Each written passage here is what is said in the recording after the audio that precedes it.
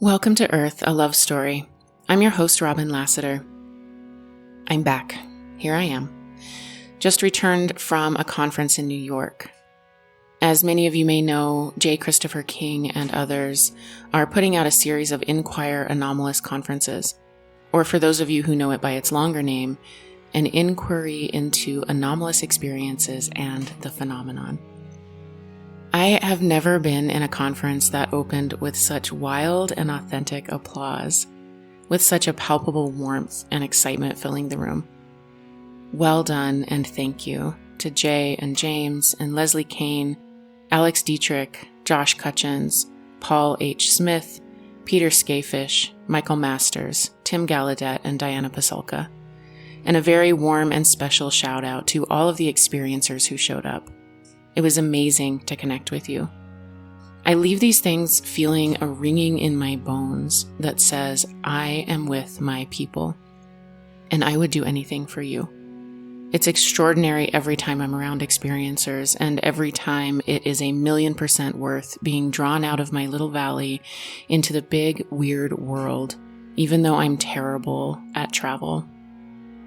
This time, I took a nearly 90-hour journey by train to get there and back. My first train ride ever. For whatever reason, my body has become completely intolerant to travel by airplane. Maybe all of those early abduction experiences that landed in my body like trauma finally caught up with me. Or maybe it's something more prosaic. Maybe my physical body just doesn't want to be that far away from the earth ever again, because I love her so much. For whatever reason, I found myself on a train. It was fun and strange, and going from rural Colorado into the heart of New York City was like journeying through a long, slow portal into another world. Much of it was deeply uncomfortable, scrunched into my little coach seat that would lay almost, but not quite flat enough for me to sleep. And oddly, it was excruciatingly lonely. I went through another gateway of grief around relationships and love lost, and why that part of my life is so hard for me. And I don't know why that all came up on this trip. I blame our collective romanticizing of train travel. And of course, I would do it all again in a heartbeat. I know that going through those gateways of grief always lead to relief. Thank you to my dear friends and colleagues, and honestly nothing less than soul family, for all of your wisdom and kindness and care. I cannot wait until I get to see you again. For this episode of the podcast, I speak to Daniel Rekshan. Daniel is an author, a professional hypnotist, and a dream worker. He's here today to talk about his latest book, Missing Time Found. Don't worry, it's just a dream. A new and old hypothesis regarding ET, NHI contact, and UFO, UAP associated missing time. Holy shit, right? I know Daniel from the Experiencer group, and so I know him to be thoughtful and nuanced in his ideas and discernment. Even still, when I saw the title of the book, I was worried for a minute. Does he think that experiencers are, quote unquote, just dreaming? We get into that question right away in the interview, and he gets into it right away in his book. Rest assured, what he's proposing is as wild and nuanced as the phenomenon itself. As a way of preparing you for this exciting and dynamic conversation that stretched the edges of my mind in the best ways, I offer this poem by Samuel Taylor Coleridge. Some of you may recognize it as the opening quote from Chapter 5 of my book, Earth, a Love Story. If you've read the book or listened to me read it on this podcast, you know how appropriate this poem feels to that time in my life. It is also utterly appropriate for this conversation with Daniel. What if you slept? And what if in your sleep you dreamed? And what if in your dream you went to heaven and there plucked a strange and beautiful flower? And what if, when you awoke, you had that flower in your hand? Ah, what then? Samuel Taylor Coleridge. And now, please enjoy my conversation with Daniel Rekshan. Yeah, so I wrote the book Missing Time Found. This is my second major book I've written. Both the books are written in collaboration with non-human intelligences that I identify as dream characters. So that's the claim I'm making in my literature, is these are dream characters that may or may not have an ontological existence outside of myself. I say probably, they say, yeah, definitely, here's some proof. And so I get to figure that out. But I'm using the books mostly as a way to document my experiences as well as communicate the insights that they're providing to me in a scholarly language that contributes to scholarly dialogue. So that's really the mission I'm working with. And specifically, they've got me working with, or I'm working with missing time, the missing time phenomena, which is commonly associated with alien abduction, and geometry. So, and both of those relate to dreams in a kind of complex way that is really simple when you kind of see it. You go, oh, of course, it makes sense. So that's where I'm at. That's why I'm talking to you now, is about those books. The first book is called Book of Galactic Light. Second book is Missing Time Found. And I wrote 6 other books in the past that were illustrated metaphysical prose poems, documenting a lot of my experiences, generally with out-of-body experience. When I was in my early 20s, I really got inspired by the work of Kandinsky and his work concerning the spiritual and art. And so he really says the role of the artist is to be like a priest, to go ahead, to contact the divine, to bring back something that can feed the people, basically. It's sort of like he used the Eucharist as a metaphor. So I did a lot of landscape painting at the time after college, but then I felt I needed to balance that outer expression with an inner journey. So that's where the dream studies really came in. I started learning tarot cards. I started doing dream work. I started doing meditations, out of body experience. And the NHIs, the whoever they are, right? They showed up. They took me on a journey, and that cracked me open to start receiving something like downloads that I would write. I did about 6 of them, and then stopped being inspired to do books. I just moved on. But I had another project which was around dreams, and this sort of quantitative analysis of dreams across the world that really inspired me for nearly a decade. Is delving into all the education I needed to work on that, and all the technical stuff to work on that, to bring together a database of dreams, to analyze them, to find patterns across that. People can get to that work at I think it's dictionary.dreamwellbewell.com. That's sort of an offering of the free offering of the mobile app I have with a team, Dreamwell. And so it quantifies like 200,000 reports or 100,000 dreams, something crazy like that. You see like, oh yeah, actually like 4% of people are dreaming of like aliens, like, and they have these sort of qualities to them. So that was in part some of the work I was inspired to do in relationship to them. And I got training and education in psychology during that inspiration. Training in shamanism, energy work. Like I lived in the Bay Area, and I did like anything. It was sort of like a candy land. So I basically worked for like 2 years straight full time in a startup, goodreads.com. So I was like paid well. I was like doing interesting work, and on the weekends, and I would just go to these things. And then I got too overwhelmed with my extracurriculars and jumped into a master's program. I got trained in hypnotherapy in the School of Depth Hypnosis at that time to really work with people. I was deeply inspired by the work of Dolores Cannon and the notion that I could talk to people who have talked to aliens, right? Like that sort of thing was so inspiring to me.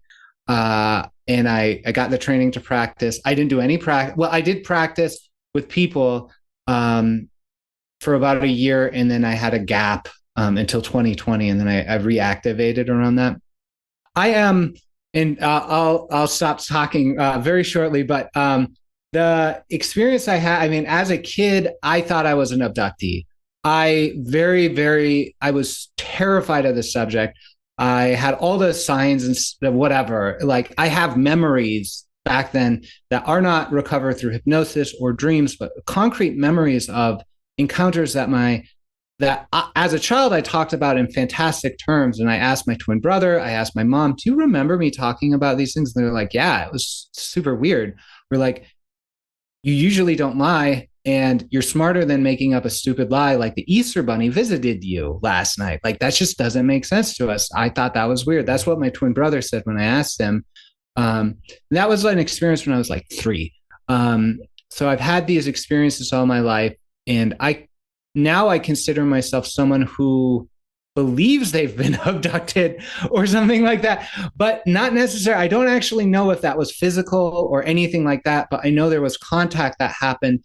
And the message I get is, for me particularly, they haven't been too forceful in the physical manifestations, because they wanted me to be able to discern the underlying truth of things. So can I perceive the dream as real as physical reality? They'd visit me in dreams and occasionally in physical reality, and they go, do you notice the two are similar? And so that there was a sort of strong training with that. So now when I work with people and hear their stories, I don't necessarily ask, is it a dream or is it real? I know it's all real, and it's meaningful through different modes of knowledge or meaning making. And that could be through physical, historic testimony kind of understanding, or this sort of transformative spiritual growth path associated with dreams.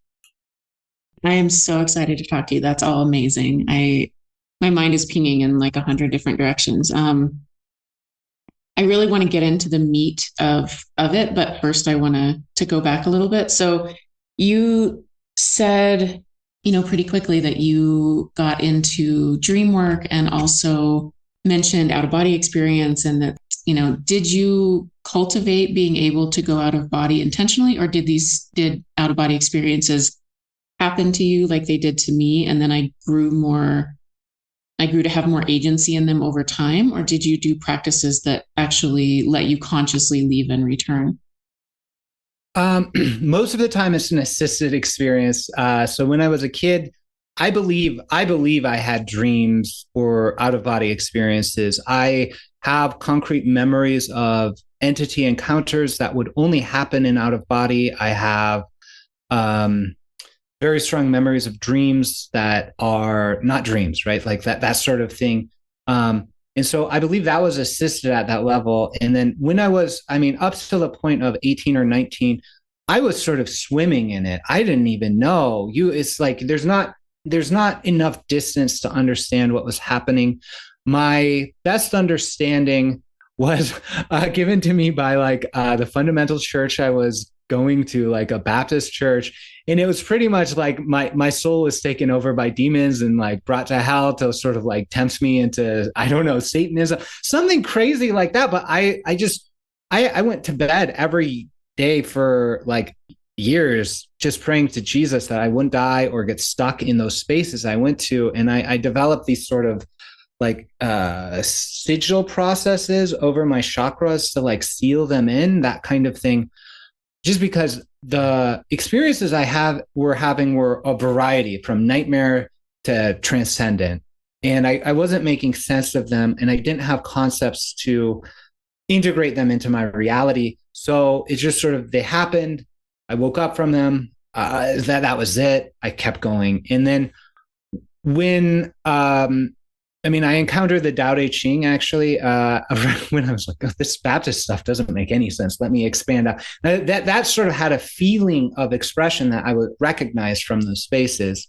But then after college, I spent a year managing a nonprofit art gallery in rural Georgia.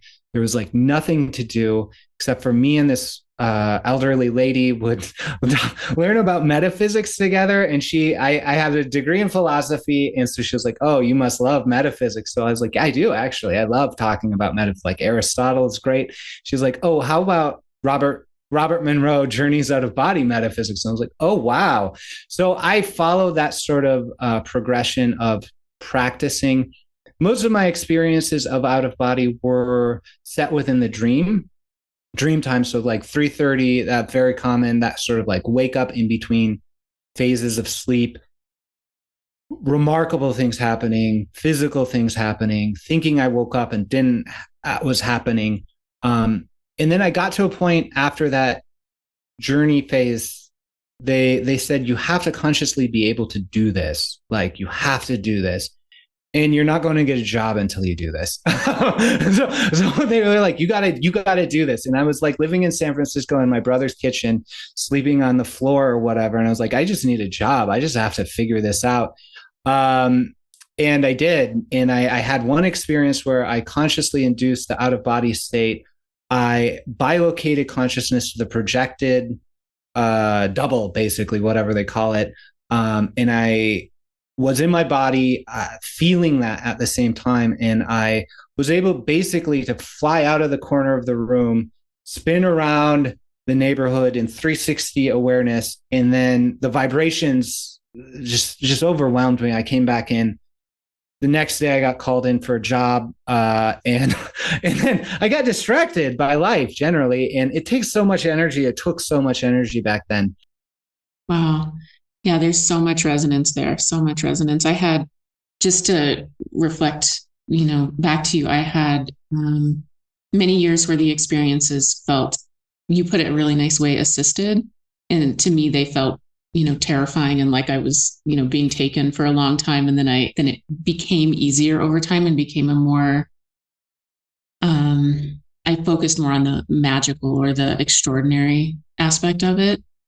And then there did come a time, and this is just in the last few years, where they said, okay, now you have to learn how to do it on your own. So you're the only other person that I've heard say they were given those clear instructions. I also I like that they put a barrier in front of you. Like, you can't get a job until you do this. That's so like them so often. They just don't. It seems to me, my beings that I'm in contact anyway, don't have a ton of compassion for the work, money, life experience. There's no malice. It's just not the most important thing in those realms. It's these other really deep things. So that's really, really interesting. Yeah, they're telling me things like that again too. The maintain awareness from waking to dreaming, to deep dreamless sleep and back, sort of that's sort of the goal of a lot of mindfulness practice and lucid dreaming practice. And they say, you got to do this. We told you to do this. I have dates on when they told me to do that. I haven't done the work. I had a couple kids and I'm doing a lot of other stuff. So, but it's niggling. They're kind of constantly reminding me of that. Yeah, it's so interesting. I'm really feeling a ton of resonance. So what I was struck by when I started reading your book is, I'll be totally honest, I felt a little uncomfortable. I felt a little bit like, is he saying this is just a dream? Just a dream, as our collective kind of overculture defines what a dream is, and how in the Western world we center waking life over everything else. This is the only real thing, nothing else is real. And so when I first got into it, I was really feeling that I have, my personal journey has been to center my own knowing, to center my body, to be both embodied and in contact with these other worlds, and to hold that paradox. And so as I continued to read and really felt and saw that was it seemed to be what you were saying as well, that you're not saying that dreams aren't real. You're saying that dreams are very real, just as real as waking life. And the implication, and please, I want you to go on for a long time about this, and I don't know if I'm getting it exactly right, but the implication being that what we're being taught and shown is that actually reality is dreamlike and both are real. Yes, absolutely. Perfect. Thank you. When I did this work, because it's I'm working with people, this book comes out of, it's not my journey. I present my journey as a case study in the book, but the insights, I present 4 or 5 case studies of regression hypnosis, traditional regression hypnosis practiced for missing time. This is like the stuff they used to do in the 90s. Like this is, and I like practice that authentically with people. And there's like there's a one case study, Sandra. She publicized our regression. It's typical gray abduction for medical purposes under governmental conspiracy permissions and stuff like that. And she has like documented medical kind of issues related to it. And many of the experiencers I work with have like a higher degree of documentation of UAP visitations or ET stuff than anyone else. But I'm saying, oh, this is dreamlike. And I thought, oh my God, like, and they were very clear. Like they wanted that sort of like missing time found. Don't worry, it's just a dream. That's like a little bit more bravado than I might do. And it's a little bit more paradoxical than I might personally do. But the other side really wanted that sort of paradox to come through, to have people go through that experience you did, going like, is he saying it's just a dream? And then go like, wait a second, what is a dream? What is reality? Personally, I believe that dreams are a hyper real technology by which this waking world is generated. This is the sort of thing I understand. So when I say it's just a dream, I'm hoping to invite people, experiencers who don't know about this history, on this journey of understanding the scholarly literature to support the notions that this waking world is dreamlike, that ET contact is dreamlike, and that means it's more real, and there's specific ways it's dreamlike and more real sort of thing than waking. So I really wanted to inspire that with experiencers to go like, oh, how is he saying this? How can it be the case? And then I also wanted to write a book where like the skeptics will go like, oh yeah, of course it's just a dream. I love that sleep paralysis. So all these experiencers don't know what they're talking about. Let's see what he has to say, and go, wow, actually Western culture is suffering from bias. And I talk about it in the book. It's like the monophasic bias thing. Only the phase of waking consciousness is real. Therefore, everything else is unreal. Therefore, dreamlike things are unreal. And all of the arguments I put out in the book, I hope will inspire people who read it to go, yeah, it's dreamlike, it is real. And let's see where we can go, because there's certain implications about that. Like if it's dreamlike, it explains a lot, like why telepathy happens or how it's even possible. It's because we're dream characters in the mind of the cosmic dreamer or something like that. And we're like, you don't worry about dream telepathy with your own dream characters in nocturnal dreams at night. Having telepathy, not a lot of people actually remember verbal expressions or linguistic expressions in their dream. It's usually like, just knew it. They just told me in the dream telepathy. And so we see that sort of just know it. They just told me in telepathy in these encounters, which makes me say, okay, there's another level of reality, another, just as dreaming is to waking, so is waking to hyper reality or something like that. And so just as the nightmarish dream characters I have, or the strange, fantastic dream characters I have in my nocturnal personal dreams are to waking life, or the other dream characters, so too are me and the actual physical bodies of gray aliens that take Sandra or whatever. We are dream characters in this cosmic dreaming mind, in that we're invited to participate at all levels of consciousness there. And there's something about our dreaming mind that reveals that there is an underlying structure of consciousness that wants to develop too, right? So it's like there's so much in here where I'm not just saying like, oh, we're just in a dream, and it's not like the 90s sitcom, like it was just a dream, and they wake up. Or I guess that soap operas from the 90s, they would do that. It's just a dream. It's more to that for us. Yeah. It's really elegant, and I'm following everything that you're saying, and I'm curious because it sounds like Tibetan Buddhism in a lot of ways. It sounds like some of these spiritual lineages that have existed for a really long time. Did you have any of that background or foundation, or does this all come to you through contact with NHI and the journey that they've led you on to study these things? Yes. Yes and yes and yes. So one of my first clear connections with an ET entity, and this is telepathic, happened in Vermont at a Buddhist retreat center, Karma Choling. I was there for several months, living there after this experience. But in this experience, I had a month-long meditation. This is Shambhala Buddhism, so that comes out of two of the major Tibetan Buddhist traditions. And I kept getting this vibe that there was a being here, and there were certain signs and symbols. I was like, I don't even know what this is, and it would tell me things, and mostly it was just these like higher state communications that are impossible to translate. It's just like, oh yes, I get that, and that sort of higher state intuition, sort of assisted intuition. I'll talk about in the future about the geometry, because that's a very similar kind of thing that's happening. They help us understand geometry by providing a pathway of intuition. We get to do the work, but we actually need the balloons of our brains to be stretched out in that shape. So this one in Karma Choling was talking to me, communicating with me. It's like, who is here? Tell me, just show me who you are. Goes, okay, go to the library, open. Just like it's like open the books. You know how this works. It's synchronous book magic. And so I did, and I see this image of Rahula, who is the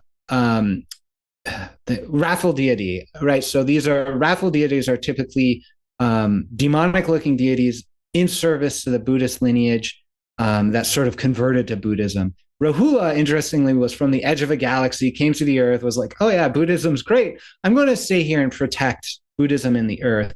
And there were certain signs and feelings, and he's associated with a duck in water. And like for some reason, I got this jacket. I just absolutely loved it. It was a corduroy sport coat with ducks on the inside, and I was just like, I literally like wore it every day. It was like so weird for me to do it out of character, but I was like, I have to do it. And he was like, that's because I'm telling you these things. This is a sign for you to understand. This is me talking to you. I am this creature from this edge of the galaxy. It is a spirit. So that really deeply, that informed a lot of my explorations. Tibetan Buddhism does, absolutely. Shamanism, core shamanism from Michael Harner's work, but I studied with a Mexican curandera who really grounded that in less masculine academic traditions, which is important to do because we need to embody these things and work with different principles here, aka feminine principle.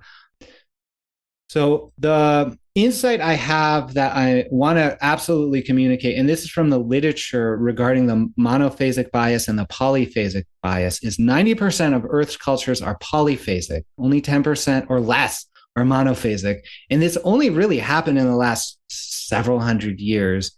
And one of the characteristics of these polyphasic cultures are honoring the dream state as real, but understanding that it requires interpretation. So we're not saying they're real like apples falling from trees. We're saying they're real in some way.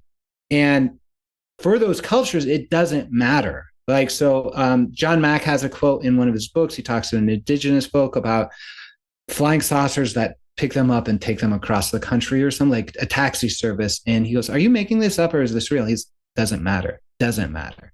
The same thing happens with lucid dreaming. When you ask, there's a researcher named Gackenbach who asked a Cree dreamer, hey, do you guys lucid dream? And they were like, what does that even mean? Took like nine sessions to communicate that. And the Cree woman was like, oh yeah, I know what you're talking about. No, it doesn't matter. So we value those things in the West. They're not necessarily valued out there. And so I personally think that these level of contact is happening all the time, that it's just our Western viewpoint that doesn't acknowledge those realities. In that if we start scratching anywhere, like we're in this, the West is in this sort of paper bag prison that's wet. You can poke through the holes if you want, but unless you do that, you don't see that reality. And so surrounding us is this notion that all of these things, imagination and dream, is real and impactful for individual fortunes and collective fortunes. Yeah, absolutely. I just have to say I'm enjoying this conversation so much. It's like my favorite topic. So dreaming and what's real. And through my experiences, also, I came to deeply believe that this was just a human thing, that returning or taking I call it taking seriously the sacred interior. Like if we take ourselves seriously and grant it some reality, then it informs us in incredible ways that don't feel, I mean, I would argue like there is some newness. It feels like we're always on an edge of evolution that's, continuing forward. But what this mostly feels like is remembering, like this deep remembering of like, oh, to be human is to have all of access to all of these things and to take it seriously and let it inform us and let it do the things that it does to shamans or to experiencers or to people, basically these initiatory experiences that kind of crack us open or shatter us in some way and then send us on this journey, to grow and learn and evolve and become a bigger vessel to hold a bigger reality, basically. So it's really lining up with with things that I deeply believe. And the idea too that the West, we've lost so much. And I feel like that we can feel that we've made the world dead. And it's heartbreaking. It's just killing us, and all of the things that we see unfolding in the world are, deeply connected to that, the fact that we've made the world dead. So I think that it's really hopeful to hear all of this. And it's hopeful to hear that like 90% of the world is not like this. So maybe we can remember. Oh yeah, absolutely. I am at, there's a lot going on in the world now. Well, and there's a lot going on with disclosure and wars and whatever. And I'm very hopeful about it. One of the things that makes me very hopeful actually is understanding that the abduction tales. So this is something that's really deep on my heart to talk about, is the abduction tales and the negative abductions and all of that stuff, because they are on one hand very real. Like you talk to people, you feel it, like this is traumatic for them. They had these experiences. It doesn't matter if it's physical or non-physical, and likely it is more physical than we can comprehend. It's sort of my conclusion after talking to a number of these people and working with them. And that said, every single person I've worked with in that capacity has chosen to open to a greater vision of the world, chosen to go through the healing process of forgiveness of those ETs, forgiveness of the covert humans, forgiveness of all of these things. And so that's one part of the reason why I'm hopeful, is that individual humans really open up towards that. At least that's what I see. And I think that's beautiful. The other thing that makes me hopeful is around dream studies. And so one of the things I know in dream studies is if you have nightmares, and you have a deeper, they call it emotional valence between the negative and positivity in your dreams, you don't actually have to live out that cycle of going up and down in your life. You can be kind of like well-being and even keeled in your daytime life and like leave all the weird stuff for the night. And actually there's relationship between that. So we see that in individuals. And so I wonder what is if these gray alien abduction type scenarios that are absolutely nightmarish, they are a deep pull of emotional valence for the collective dreams of this world. There's other transcendent experiences that don't get so much or haven't gotten so much publicity, but there's a strong valence and tension within the psyche of the West. And I think that it'll likely propel us forward in a strong way towards well-being if we figure it out, or how we as it flows. Basically, I don't know when that might be, but I'm hopeful about it. I really love that. So this idea that, as I'm translating it, into my language and through my own experience, this idea that sort of the lower we go, the higher we can go, the deeper the shadow work, the better access we have to the golden shadow, for instance, or something like that. Am I catching it? Yes, that's the idea. Yeah. Our dreams, our nocturnal dreams particularly, are a place for us to do that. And then if we are able and willing to do that and integrate those experiences, yes, absolutely. In my own personal experience, if we don't do that, the world does it for us. and we lose jobs or relationships, or we addictions. I know that's an experience that's a big on in your book. So that sort of stuff ends up happening or has happened in my life too for those reasons. So yeah, yeah, that makes a lot of sense. One of the hallmark qualities of my experiences is that I would not turn towards my own, shadow, basically grief, agony, my own responsibility in what was happening. And there was a conscious moment when I did that, and I was well into my 30s. And before then, it had been, I was in what I would consider hell realms for a long time. So that makes a lot of sense to me. And also, I'm thinking of two things that are just personally arising. And one of them is that I've been reading this book by Charlie Morley called Dreaming Through Darkness, and it's fantastic. It's all about using lucid dream for shadow work, and he's comes from the Vajrayana Tibetan Buddhist lineage. And so I've been reading it before sleep and doing shadow work as I sleep, but I haven't gotten lucid. I've gotten closer to lucidity. I've had actually did a lucid test. Like I flipped my hand back and forth and nothing happens. I was like, oh, I guess I am dreaming. I guess I am awake. Like it didn't snap me into the fact that I was dreaming. But having even the imagery of the dream itself doesn't explain much. Like I don't have conscious access to exactly what was happening, but the emotions in the dream of like deep shame and defensiveness. Yeah. And then waking up and feeling that same emotional feeling in my body, along with like a physical like nausea. And only after all of this like work and understanding of the dream world and shadow work and all of that did I think, okay, I don't need to perceive it with my rational waking mind, but this is shadow work happening in the dream world. And it's not fun. Like those emotions aren't fun to feel. The nausea isn't, I don't feel good in that moment, but there's a part of me that's like, this is great. This is great to let it happen here and let it kind of do its work beneath the surface in a way that I don't have to maybe relive every single memory that's associated with this, but it's unearthing something, some type of psychic energy is being freed up. It's doing the work. It's doing the magic. Yeah. Yeah. Yeah. Yeah. So with the abduction experience, I would like to ask some specific questions about that and like slowly go through for my own self and for people who might, like you did such a great job of threading the needle between between the paradox, right? So skeptics might come in and be like, yeah, I knew it was just a dream. And then you can open their reality, and then experiencers might come in and go, what is just a dream? And then opening that reality as well. So it's really beautifully done.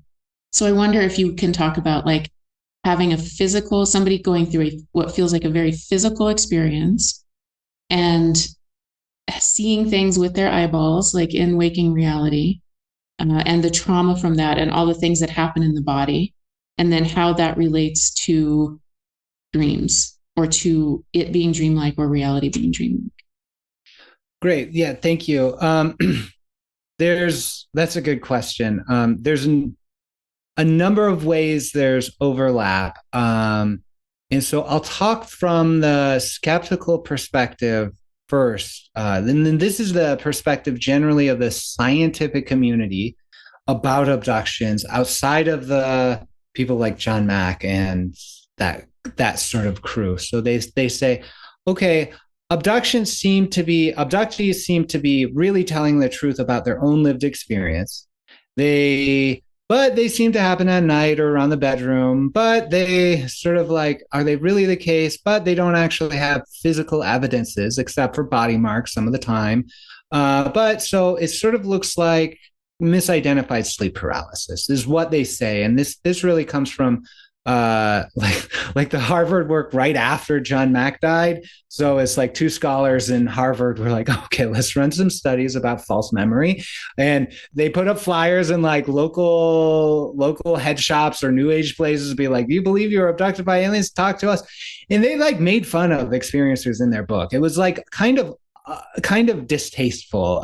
They went straight to crazy town and just treated it a little bit like a spectacle, but they did do solid research. I mean, it's Harvard research. So as much, I mean, honestly, there's a lot to say about Harvard research. And if anyone needs to look up scandals and things like that around reproducibility and data fraud, they probably should before they take the word of Harvard scholars, period, straight up. And I'm saying this, I will not necessarily go deeper into that sort of, I don't know, mudflinging than that. But there is a strong evidence that the reproducibility of scientific papers aren't what we believe it to be, because it is literally fraud. I mean, I get so worked up about this. And how can we trust them? Like, how can we trust them? They say they're doing objective science, but they're just not. This is like head of Stanford is a data fraud. There's like behavioral scientists in Harvard data frauds, and is literally like copy pasting images over, and it's like no one will find that out. I got riled up there for a second, because I was talking about the good research done by Susan Clancy and McNally about sleep paralysis and false memory.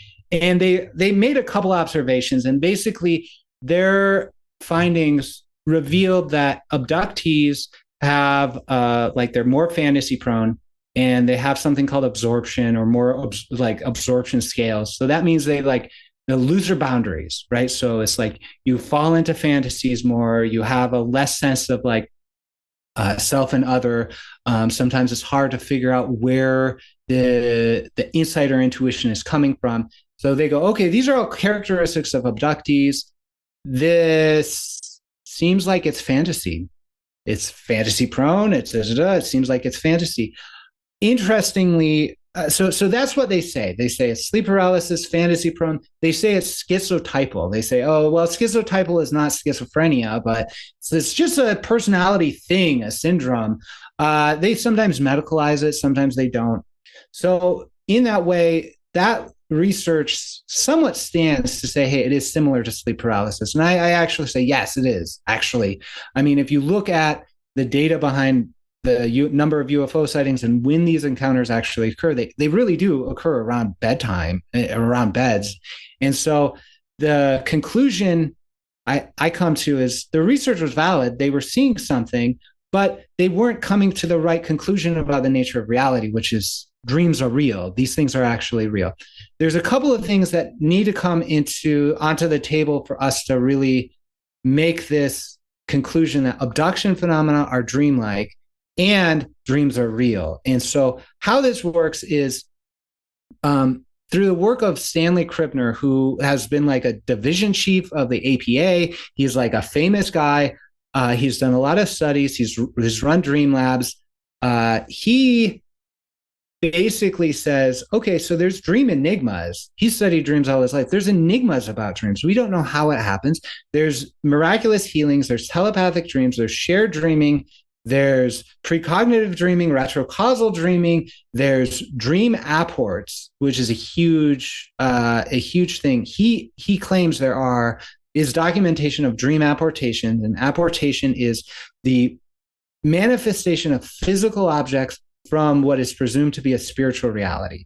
And so in the case he gives, he goes, this woman dreamt she was on a beautiful tropical beach. She's in Iowa or something. I don't know. But she wakes up and there's a bunch of tropical beach sand in her. So how did that happen? Is the question. That's the enigma.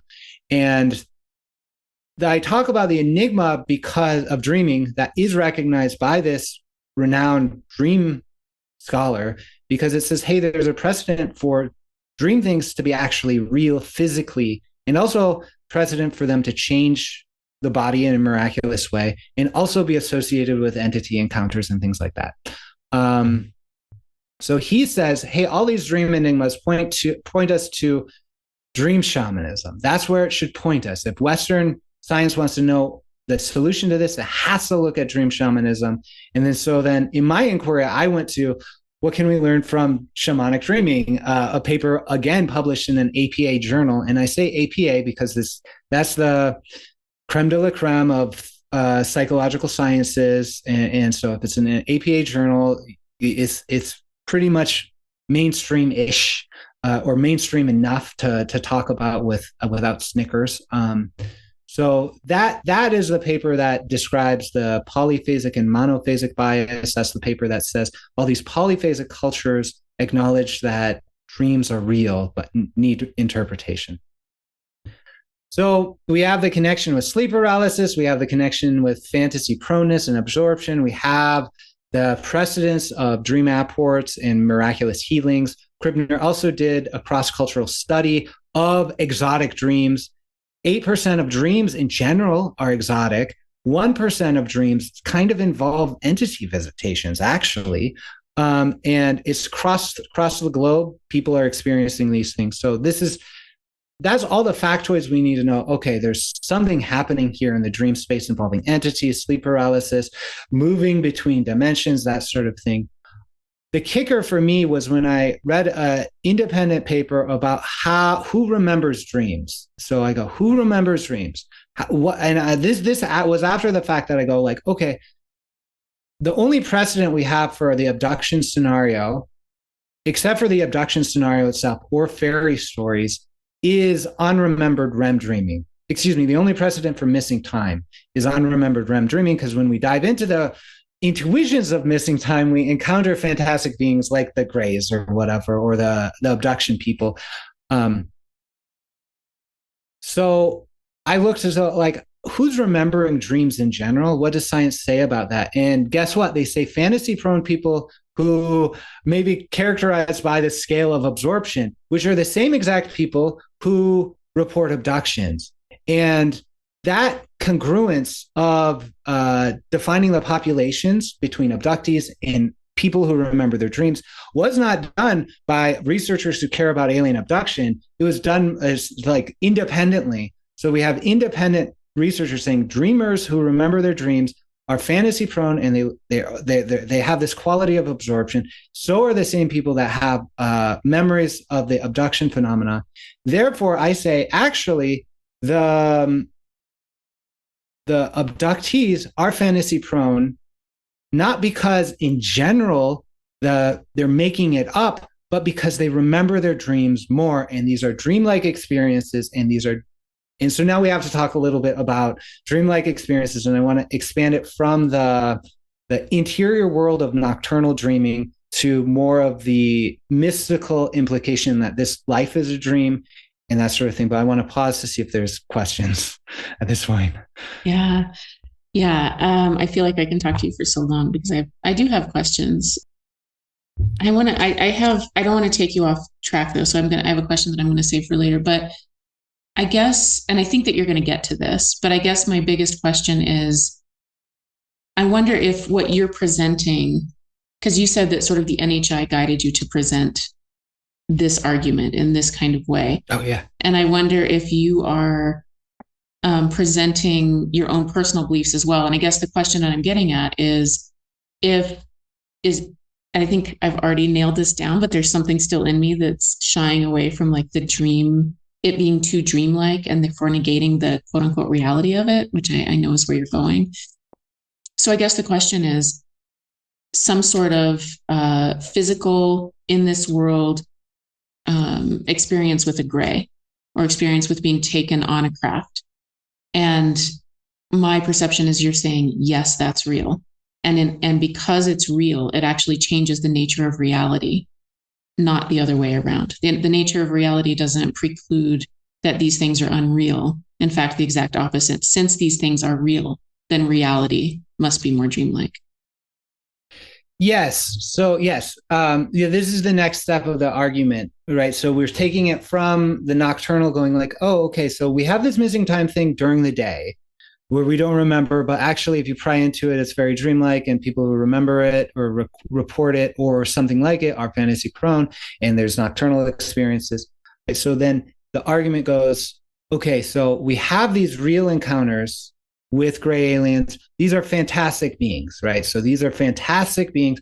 And so we can look to the free survey to say what are the type of people encountering, what sort of space people are there, what sort of otherworldly people are there. They're mostly humans. There's sometimes grays, there's sometimes reptilian, there's sometimes robots, there's sometimes like a variety of things, but that's pretty much exactly what you described dreamlike fantastic creatures to be. Like it's really like is what we can imagine. And I actually think this is why, okay, so this is why I'm doing it, because I came to the conclusion that perhaps the missing time regression experience, so I don't remember my experience. I go to a hypnotist. The hypnotist says, oh, okay, it seems like gray aliens. This is very real. We need to do a real serious investigation, doing objective research. And it looks like they're invading our reality to take things from us and do things and all sorts of nefarious purposes. And then you find corroborating evidences for that. And I thought, well, what actually, if that moment of regression hypnosis is not regression hypnosis, but is a psi event that has not been identified as a psi event, meaning it is a telepathic event, it is a shamanic event, but it is not an event related to recovered memory. But we've been saying that for 10 years or 20 years. Go on. Yeah. I just want to pause there because that is, just to make sure that I'm tracking it again correctly. Like I do what I call journeying or trance work, but I was also trained as a hypnotherapist. And my experience with, I don't do a lot of regression hypnosis. It is more like journeying. And my experience with that is that it is, I love that you're describing it as a psi event, like the hypnosis and that process itself. Is that what you're saying? Yes. That moment in real time when it's happening, not connected to maybe a memory that's being explored or something like that, but in real time in that moment is itself some sort of spiritually transformative event potentially. And the reason that I wanted to stop and catch that is because that really aligns with my experience of it. I tell people, when I'm working with people, we don't approach it lightly. I kind of approach it like if someone is interested in doing, psychedelic journeying or something like that, which I don't, and it's part of my sobriety. I don't do that anymore, but, and I don't help people do that, but the same kind of experience that, going in, approaching some kind of event horizon, moving through that, a lot of similar themes, having some sort of contact or some sort of deep experience, and then returning with that, and then bringing it through the body, through integration, all of that does not seem to me what the Western world thinks of as dreamlike or as, just this kind of idle wandering into the psyche to see what's there. It is an intense experience. It's a life-changing experience. And so I love that you're describing that as like the experience itself of regression or of journeying or shamanic journeying is the event. It's not the connection to the past event. Am I getting that? Absolutely. Yeah, absolutely. I mean, when I started practicing this, I had a magical event with a wonderful first client, Dan Berg. He's in the book. But I realized he very likely he interacted with time traveling space people. Like that's literally what he did. It's like they might not have bodies, or they might have bodies when they want them. I don't know, but I was like pretty sure they're time traveling psychics. And so it's like I knew they were watching me. I knew they were watching him. They let me know in ominous dreamlike ways or whatever. So it's like, what does a regression mean to that? Do we interact with that through memory? And I don't think we do at all. Because I mean, in the journey space, you interact sort of all the time. And the reason why I bring this up is because I thought, what if the people like Bud Hopkins and David Jacobs and all the negatively biased, historically, objectively oriented researchers, what if they are actually shamans facilitating shamanic journey, but they're doing it under false pretenses. They're not understanding it. It's completely unconscious what they're doing because they don't know they're shamans and they don't know they're doing shamanic work. What might that do? And I go like, well, it might have the horrible side effect of nefarious greys entering our world and stealing our genetics. It may actually be they have manifested their nightmares through working with thousands of people, right? Like what, and so that's why I'm putting out this book, as I go, like, this is very real, and this could be a very potent mode of inquiry and exploration and transformation, but we have to move it from the fetishization of like 3D space and memory, right? Like, what if that actually is doing violence to this multidimensional dreamlike experience of contact, which is telepathic, it is psionic, it is everything. So what if us going, okay, so how many witnesses you got? Can they corroborate your story? What about the photographs?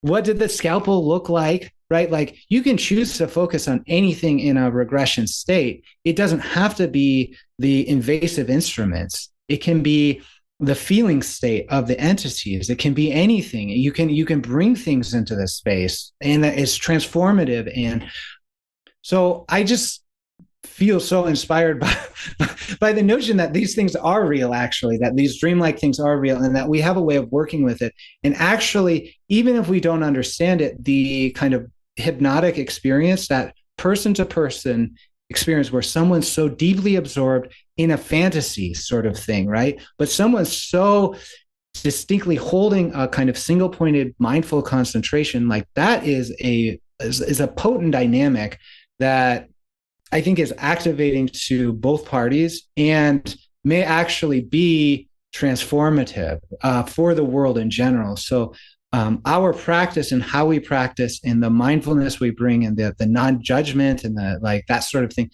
is very important. The like non-dual kind of approach to it is very important, because we can hold that without then forcing a collapse of the narrative into a specific direction about what the scalpel looked like and if there's an implant or whatever.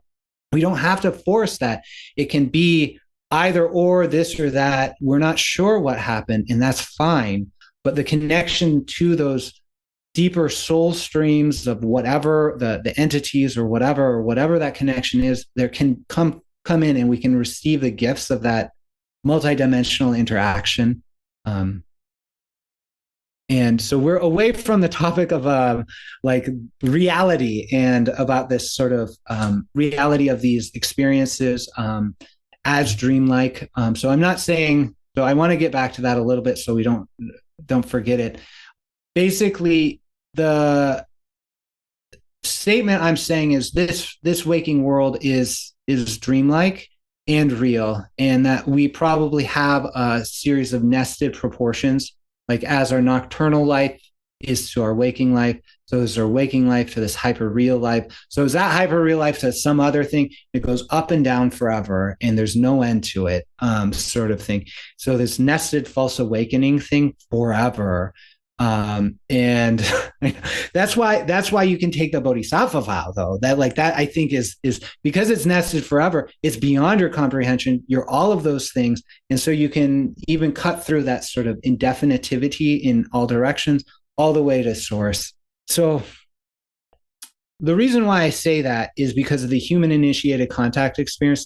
There's two reasons, two sources of objectively verifiable historic data that we can use to produce experiments to validate these ideas, right? And that is the human initiated contact experience understood under the metaphor of lucid dreaming. So lucid dreaming, as you know, you become aware in your dream, but then you can express an intent within the dream, and the dream responds to it. Doesn't respond the way you want it to some of the time, but there is a response. So in the same way, and oftentimes the response is a manifestation of fantastic beings and objects that express bizarre qualities like impossible physics, bilocation, whatever. Those are the same qualities we see when we do a human-initiated contact experience, or CE5, where we generate mindfulness, we express an intention, we observe the results, and some of the time, fantastic beings come into our presence to manifest impossible physics like UFOs and give us a gift of transformation or wisdom. And that really what happens. So that's one source of the data. The other source of the data that we can start objectively working with is geometry, actually, because this connection just like blows my mind all the time I think about it. There's one peer-reviewed paper about using dreams and dream telepathy as an instrument of SETI. So SETI is the search for extraterrestrial intelligence. Most of the time they use radio telescopes to send messages or receive messages. They haven't received any messages, and like $1 billion that have been spent. That really gets me because I could use a little funding in my research. I'd rather it go. I mean, like it just drives. They've raised like $200 million recently. SETI did to do more radio bullshit, and I have a lot to say about that.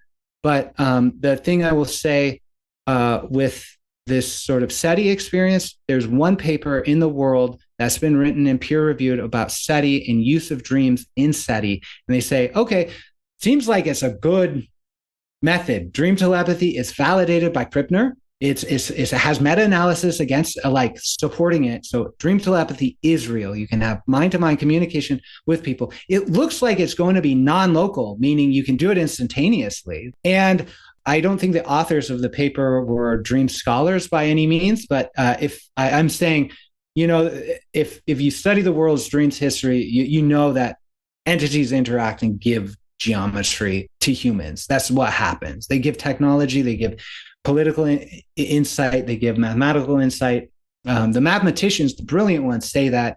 The not so brilliant mathematicians will be like, oh, it's all us working with our hard science and whatever, and they'll take credit for it. But it's actually these sort of magical interactions that happen in the dream that's really inspiring and transformative. So they say the presence of geometry and the solution of geometry would authenticate dreams as if it's a message from an ET and it has math beyond our capability, then it's probably a dream from an ET. Like, let's believe it, right? So that's what they say. This paper came out 10 years ago, and I mean, it has like 4 citations. Like nobody's talking about it, but I think it's fascinating that that's the established precedent in our scientific literature. The only thing is expect to see. And that's what I see in relationship to the human initiated contact experience is people, if they film UAPs, and this have been filmed, they pulsate in specific patterns or they're in formations. And those are geometric formations that are precise and beautiful and elegant and communicate aesthetic meaning and spiritual meaning, and may actually encode messages as well. So in this way, we have the physical experimental data of people going out, trying to make contact with a sort of telepathy and receiving anomalous geometry back, which says to me, right, like sort of like kind of feels like, oh, we're in this dream. We're in a dream this dream is real. This life is real, but it's also dreamlike. And we know that because we can do the same things in nocturnal dreams, aka become mindful, express intention, have an encounter with an entity who provides spiritually transformative mathematical insights that likely will change the world. That's been done in the past. That's been proven. Like Einstein, Descartes, Plato, Bohr, all these people, they've done that. They've proven it to us. We're talking because of those insights. And now we can actually go out with a camera and say, hey, okay, entities show up, and nobody understands this geometry. Like I'm the only person in the world that I know of who has applied Euclidean geometry to these. And there's one other person I know of who works in CE5, and we'll be writing a book, fingers crossed, together shortly. He's receiving similar insights and talking about it, but everyone else just sort of goes, oh, all right. And it's been such a disappointment to me and such a learning, because this came about when I did a very deep analysis of contact CE5 event held at the Monroe Institute. It was put together by intelligence community, kind of individuals, sort of lurky, to kind of bring Chris Bledsoe to the Monroe Institute, surrounded by academic scientists and other experiencers to see what happens, record data. They record 40 minutes of a pulsating light geosynchronous that simultaneously brought down communication networks. The thing doesn't move. It moves like 4 pixels over 40 minutes. It pulsates in this light. Director of MUFON Canada says it's a UAP. It's not a satellite. Colonel John Alexander writes an intro to the book. This Chris Bledsoe writes a book, UFO of God. This is the culmination of that. This is like the UFO of God. And Jim Semivan as well writes a foreword to that book. So all these people have known about this 40 minutes of blinking lights that responded to human intention. And I've demonstrated there is mathematically precise intervals within all of those pulsations, and that it is a geometry that is highly similar to the only other documentation of UAPs in association with missing time. And I've demonstrated that it has like 3 different ways to like encode meaning or whatever. And it might also be a geosynchronous satellite, and I don't know, but it's like, that to me feels like a SETI message akin to something similar to In Contact, the movie where Jodie Foster receives a message. All these people are like, oh my God, there's a message. And it's like, I've been shouting this for as loud as I can shout it. And everyone's like, oh, okay, whatever, right? Like, sounds good. Let me know when you got something. I'm like, there's like literally geometry pulsating in the sky that responded to human intention and has been filmed. Like, what more do you want, world? So I went on a rant there. Thank you for your very opening, patient listening space. It's my great pleasure. And I'm really, really fascinated. I feel like you're rocking the boat a little bit. And I think that that's a great thing. Even talking about the regression stuff with Bud Hopkins, and that we need to evolve on from that, from the certainty around the findings of that. It's kind of controversial and edgy thing to say in this world, I think, in this world, like our world, the experiencer world. So it feels to me like you're really pushing the boundaries and that you're at the edges. And that's it's like an exciting, dynamic place to be. And the other thing, and I was thinking about Contact when you said that, those were the visuals that were running through my head about that movie and about receiving that message, and, everyone trying to decipher it, or the movie Arrival. What is this? What are we being told? What are we being given? And the other thing that I'll say is that I've seen experiencers come forward with complex, beautiful, mathematical ideas, equations, some sort of physics that we haven't seen, and try to have it taken seriously. And it just isn't. And it is, I can absolutely see why that would be maddening. And it is maddening. I experience things through my physical body, what I'm sensing and feeling in my physical body as you're talking. And what this feels like to me is that it's edgy. It's on the edge, and it's on the outer edge of a subject and culture that is so brand new, even though of course there's been research for, decades, and, but it's just now coming out. Like, talk about sort of dreams in the shadow. It's just coming out of the shadow of the collective unconscious. We're just starting to look at it and see it. There's a lot of people who can't even wrap their heads around, when, like, understandably so, right? That reality is not what we think it is, that it may be dreamlike, that these things exist at all, even in a nuts and bolts kind of way, much less kind of the theory that you're putting forth. And then you're going even beyond to the edge of that and saying, look at this thing. So I feel a lot of excitement about it. And I feel like it's one of those places that's on a leading edge. And there's a lot of the collective unconscious, or the shadow around these things, that has not emerged into the light yet. I feel that in your passion around it. It's like, come on, guys, let's get on this. And feeling the weight of this, the rest of the iceberg that's still underneath the level of our consciousness. Yeah. And that's in part why I sort of just follow the guidance, right? In the experience. For me, the experience of naming missing time found, don't worry, it's just a dream. Like, oh my, like that. It's like, I'm pronouncing I found missing time. I was like, it's in part arrogant, actually, to like make that assertion, or it's beyond what I normally would want to do. And also saying it's just a dream. It's that they're pushing me toward that. And I can't help but think this is architected intelligently, that the dreams are coming out of the shadow, but we have a way to receive it or be received by it, and it's already been prepared. And one of the experiences I have, and I want to talk a little bit about body marks, actually, primarily because they're in the book, but I listened to your podcast with McClellan, and he was like, somehow Google got me associated with owls and synchronicities and UFOs, and my phones haven't stopped ringing since. And then the NHIs were like, do that with body marks. Do that now. And I was like, oh my God, I just did this with missing time. I wanted to take a break or whatever. So the body marks, I present 5 body marks, two body marks. I don't know, half a dozen body marks in the missing time book. It's really just dipping the toe into the experience. These are highly geometric. They're the same geometry. The same geometry marks people's bodies in some cases, right? In some cases, as we see in the sky.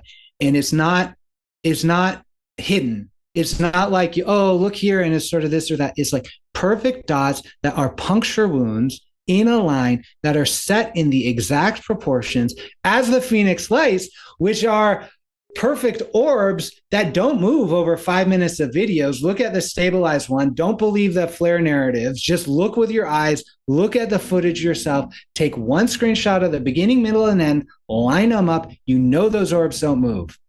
And and because of that, we know that is a geometric communication. And so it has the same kind of quality as these body marks.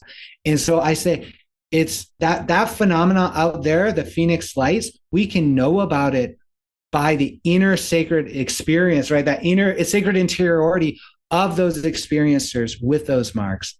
And they tell us, I've interviewed that they're dreamlike. They're like, I don't know, some like tall gray was like lurking about in the bushes. And like, I had this thing happen on my leg, and now it's like, whatever. And that's the level of dreaming that we have about it. I had the markets myself, and I had a series of really weird lucid dreams associated with it. This is the reason why I know about geometry. They marked my body first on the summer solstice, on the winter solstice. They're like, okay, follow. I thought they wanted me to do something else, and so I said yes. And then they led me on a sort of, not goose chase, but like on a journey to learn Euclidean geometry and apply it. So I just wanted to bring that up. Because it is rocking the boat. The next thing I am going to do is go through, because the body mark is it's like 60% of the substantiating evidence for the physical narrative of the abduction, right? And I'm not saying, because I'm not challenging the experiencers that say they had physical abductions. I always say, okay, right, these are dreamlike, and I'm going to assume that the body mark experience is actually a stigmata-like psychosomatic thing, unless you tell me otherwise. If you've got a memory, just tell me. I'd really appreciate that. But I'm not going to put words in your mouth. So, and no one had actually been like, I remember someone scooping this. No one said that to me yet. I would love to talk to someone who actually has a physicalized memory to give me a kind of control experience. But most of the time people go, I had this weird dream-ish thing. I don't know. Maybe it was missing time. I don't know. They have that sort of vagueness about these experiences. But what they do have is the body mark. And if you look back to see how people talk about Hopkins and Jacobs, these UFO abduction researchers who have used body marks to substantiate the physical abduction narratives, the experiencers complain about the same thing. They go like, I saw something. Was it a spaceship? I don't know. But Hopkins says it was, right? And so there's a sort of taking of a narrative when we say those, just because we can't explain why a physical mark is present in physical terms doesn't mean it has to be physical. Right? Doesn't mean we have to jump to these conclusions. And the sophistication of my argument says, if we jump to those conclusions, because of the psionic nature of the regression space, the shamanic space, we actually may create the possibility for those beings to physically enter our space retrocausally and do those actions.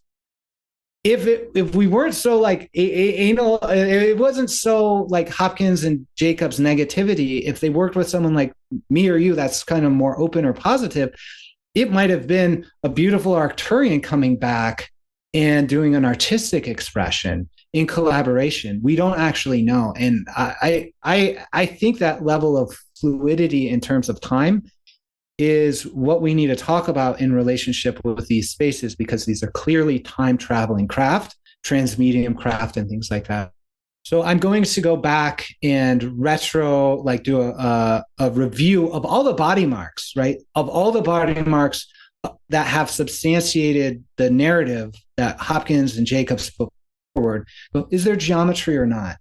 Is it beautiful or not? What do we know about it? Does this look like medical? Does this look like that?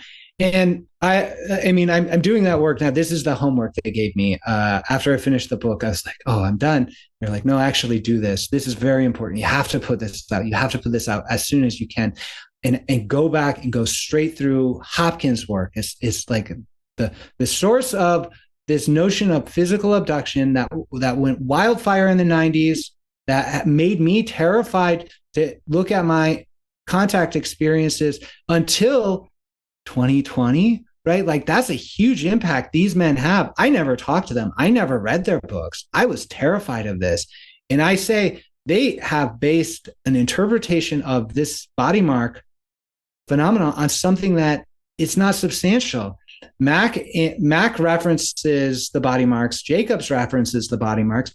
And Mac stopped referencing the body marks. All these researchers reference them and say, hey, there's marks on the body. There's not a lot of photos. They're publicly available right now. There's probably 24 photos of body marks that Bud Hopkins used. And that's it.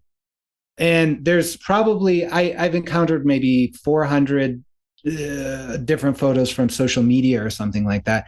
But we know about half of the experiencers who report UFO contact or ET contact actually report mysterious body marks as well. Half of them. So I don't know. That's where I'm at. That's why I needed to say that, just to throw it in the mix.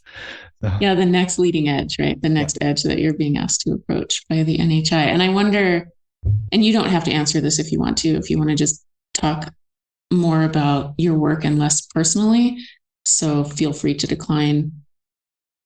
But I wonder how you feel about being asked to do this work, this research that is dismantling some things that have been held on to for a long time, and that you have have personal experiences that you have made sense of in some way, and that you've integrated in some way personally, and that you have your own ideas and beliefs about.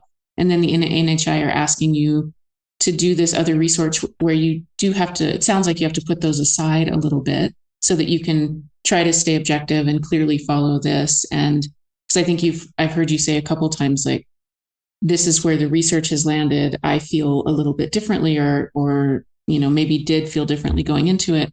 Like, how does it feel just for you as a human in this body in the world to be asked to do these things that are super edgy? Yeah, thank you. I asked to do them. I asked to do them before I came here. I feel. I mean, the clients I talk to that have been very transformative to me. We have a soul connection. They tell me, I tell. It's like it's. I don't think that's wrong to admit. All right, like it's like Max says, it's not dual. It's a non-dual interaction. It's not them and us or self or other. It's both and all of those things. I asked to do that work. I had that destiny. I wanted to be at the edge of knowledge when I was a kid. I thought that was being an astronomer. So I had my little telescope looking for truth and beauty and goodness out there. And then I had a whole journey, obviously, to get here. It is personally jarring to me. I mean, they are ready to work with me as soon as I'm ready to work with them, and in ways that are unnerving. It is unnerving. And I have spent a lot of time talking and processing, and it just, even, I mean, they're kind. They're kind. The ones I work with are kind and smart and intelligent and creative and funny and all of those things. And yet I'm just like, oh my God, like, am I crazy? Is this real? Are they going to abduct me? Is this a evil AI gray alien psyop thing with the CIA? I don't know. But actually I do know, because I have that discernment, because I learned that discernment in dream practice. And so that's one of the things that is really important to know, is that dream practice increases both insight and empathy. This comes out of science, insight and empathy. And that, by the way, everyone's universally able and empowered to do that. I talk about shamans. I talk about researchers. I talk about being on the edge. We're talking about that, and talking about special connections with like UAPs or whatever.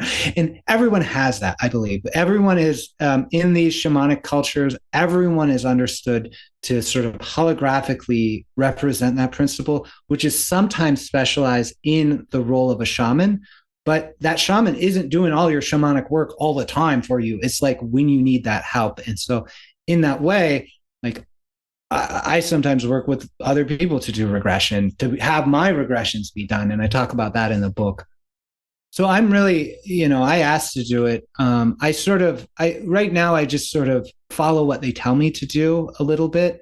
And that might sound unnerving to some people, except for the fact that what I'm saying what is them actually? What is them? And if my theories are correct, they're us. We're them. We are it. We are dream characters in a greater mind that we can connect with and understand at the level of that mind. We already understand it, but at this place, it's kind of hard.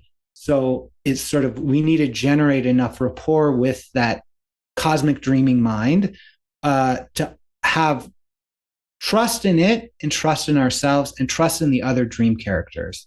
So these beings have come to me, and they've sort of surprised me about the assignments. The body mark thing is just, they love doing that. They love doing that. I literally think I finished the books. I like Missing Time Found, and then they did the body mark, and then I thought I finished writing it, and then they did another body mark while I was writing it, and then they give me another like insight, and so it opens more, and they always go ha ha ha, So there's a lot of feelings around that, and I feel really hopeful, and I think that should we as a collective turn within to this sacred inner journey, and to this sense of dreams and reality being equal yet different, or symmetric in some way, and to understand that we are the ones empowered, universally empowered to make disclosure happen, right? It's not them out there, it's us here doing this stuff. Literally and truly, some of the more fantastic elements of our stories can have greater reality, right? Like it's changing the nature of our social reality. If we talk about our dreams and dreamlike experiences and start working with them, individually, when we start to work with our dreams, we have a whole bunch of healing. Actually, what ends up happening in the West is we have a whole bunch of nightmares, and it's terrifying, and we don't know what to do because we've not been trained, and it's and it takes only a little bit of time and some hand-holding with people who have gone through the journey to go, you can do this too. And you start working with your dreams, and you go, I'm trusting my shadow. I'm finding integration, and I'm seeing magic happen in the world. Animals are showing up magically. Situations are showing up magically. I'm seeing it ahead of time. I'm navigating this in this sort of dream space.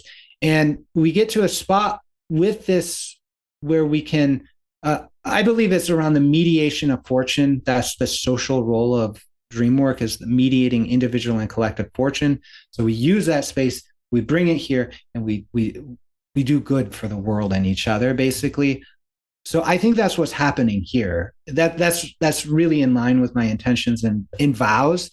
So all of this work is in the context of Bodhisattva vow. All of this work is in context with my Buddhist practice, my dream practices, and things like that. I have kids, so I love my kids. I want them to grow up in a world where they're not afraid of abductions. And we're not still talking about issues we should have stopped talking about a century ago and started like exploring. Incredibly inspiring. I really could ask you another dozen questions. I want to be mindful of your time, but it's very, very inspiring. And it makes me, I think it sort of eases me in and relaxes me into a deep intuition that I've had. and experiences that I've had, where I've had two experiences relatively recently where I looked around and it felt like waking life was a lucid dream. And I was like, oh, holy shit. for real. This is, that sort of nested reality that you're talking about. There's some, the word integration, meaning, like integrity, like bringing something back to wholeness. These parts that have been splintered and separated, and it's okay to talk about this, but not that. This is real. That's not real. That's so intrinsic in us in the West. It's just we're deeply conditioned to that. And so deconditioning from that, bringing a wholeness back to perception and reality and experiencing the dreamlike quality of reality. And with the, as the Buddhists would say, with the seatbelt of bodhicitta, like for the benefit of everyone, to make the world a better place, realizing that if we can change reality in a lucid dream, we do have the potential to change reality in waking life if life is like a dream. Taking our vows, or just this, just anyone's natural arising desire to do good in the world, and running it through all these things that you're bringing forward has enormous potential, and it feels really, really exciting. So thank you for sharing all of that. I truly would love to have you back to talk about more stuff, because these conversations, it feels just like we could go in a million directions and get a lot of insight and information. So thank you so much. Oh, you're welcome. Thank you. It's an honor. I paid attention to the experiencer group and the dream group there. That was the place I turned to when last winter solstice, right? The geometry dreams were coming to me. I was like a somewhat sweaty talking about it all the time, being like, these people, these dream people, I call them geometry lords for like, I still do, as kind of joking, but they were like very fierce, wrathful beings or whatever at some aspect. And they were like, and it's like, I got really sweaty talking about it, being like, is this real? Is this not? Is this real? Is this not? Is this real? And it's like, I just needed to be with people. And that was the space I turned to. And that really helped me in that way. And I feel really grateful to have you be one of the first people I talked to about the book, Missing Time Found. I can't imagine a better set of ears or podcasts to like talk to, because you're so open on the Earth, a love story. You're so connected with dreams. You connected with the experiencer community. And I really hope, personally, I hope you advocate or let people know, like, it's no, I'm not just saying it's just a dream. There's more to it. Because that was one of the things I was most afraid about in writing the book, was alienating experiencers who had physical experiences, especially of abduction. I have no desire to contradict their narratives.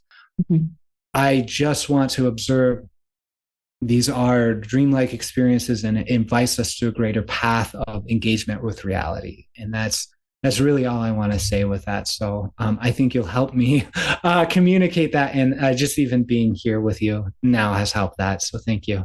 I'm so glad. Yeah, absolutely. That's, I think it's a very kind of high level, sophisticated argument. Actually, it requires engagement in order to not, my initial body reaction was like, oh no, does he think it's just a dream? And of course, because I know you in these other ways, and I trusted that. And immediately in the book, you're very clear about it. And to me, there's like a little sense of humor there as well. It's a little sense of like, this is how I'm going to bring you in.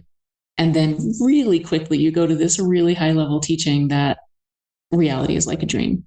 And that, I think that the world needs high level teachings right now. I think that we need to be able to be in paradox, move beyond the binary, edge closer to the non-dual as we like take care of our physical bodies, and don't bypass and, don't forget that we are incarnate in some way, and that's a real experience for our beingness on this planet. If we can hold all of that and move towards a more sophisticated view, then maybe we can get through this, whatever this is, whatever's coming up. We need it. So thank you again. If you'd like more information on Daniel's work, please check the show notes.